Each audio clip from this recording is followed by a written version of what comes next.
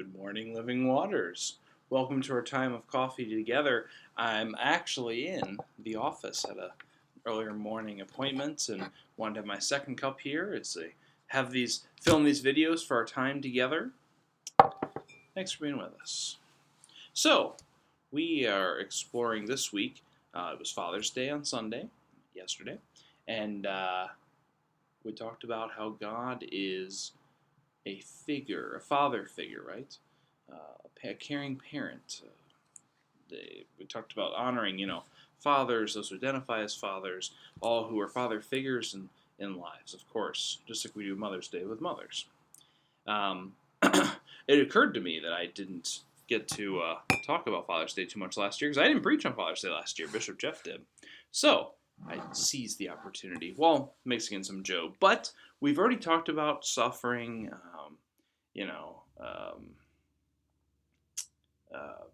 why does suffering happen in the world? Some of those age-old questions. We've talked about those in previous videos, so I encourage you to look those up if you wish.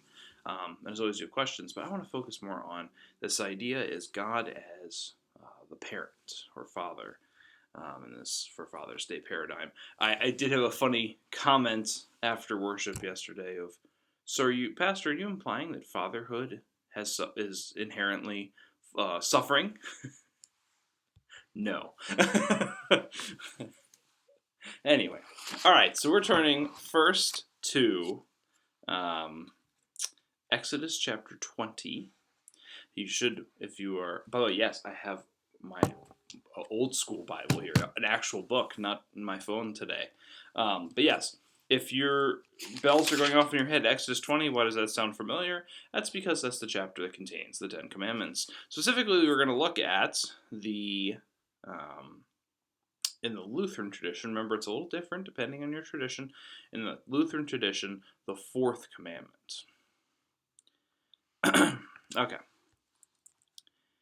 And really, it's the same 10. People just kind of, the Jewish understanding is they combine certain ones differently. They separate the first couple more and combine some of the later ones. And the Reformed and Anglican and other Protestant traditions, they kind of space out some other ones too. So, but in our tradition, we'll use the Lutheran one since we are a Lutheran church. The fourth commandment, which is found in Exodus 20, verse 12, honor your father and your mother, so that your days may be long in the land that the Lord your God is giving you. No. It's interesting. When we have confirmation, we're going over the law and the Ten Commandments, all that good stuff, yay, small catechism. One of the questions I ask them is, which of these 10 commandments, right? Jesus summed up the commandments as love God and love of neighbor. On these two things hinge all of God's law, right? So, if the law is being applied and it is not loving God or loving neighbor, we're missing something, okay? With the Ten Commandments, I like to, they're more familiar with that. Let's look at these. Which of these honor God or love God, and which one of these love neighbor? Not to kill, don't commit adultery, don't steal, false witness, not coveting. Those are obviously your neighbor. Having no other gods, taking the Lord's name in vain, or, actually better translated, misattributing God's name. Another video for another time. It's more than just swearing.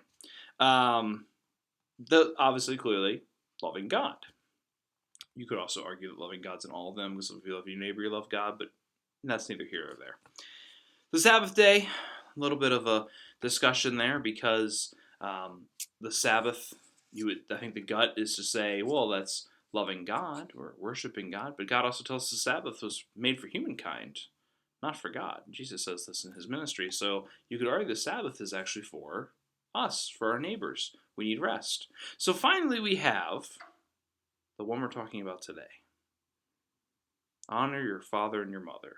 Now you could say, obviously, loving your parents, honoring them, that is your neighbor, right? Your parents are your neighbors. It can also be, as we're talking about with God, right? We see God as a father and a mother, right? Both feminine and masculine uses for God are everywhere in Scripture, okay? So it's funny that this is along with the honor the Sabbath and this one of honoring your parents, this is the bridge that connects the clearly love your God and the clearly love your neighbor. It's kind of the cross points, right? So when we honor our parents on Father, not just on Father's and Mother's Day, but all year round, when we have good relations with those father figures in our life, sticking with our theme, right? The people that help raise us, so to speak, and help us grow no matter what stage of life we're in, that is a connection that not only loves God, but also loves our neighbor. It serves as the bridge for the rest of the commandments, which is pretty cool. So, I hope this was helpful. I'm noticing this one's already going long, so yeah. Imagine how my confidence feel when we do that lesson. Anyway, have a wonderful day. I'll see you tomorrow.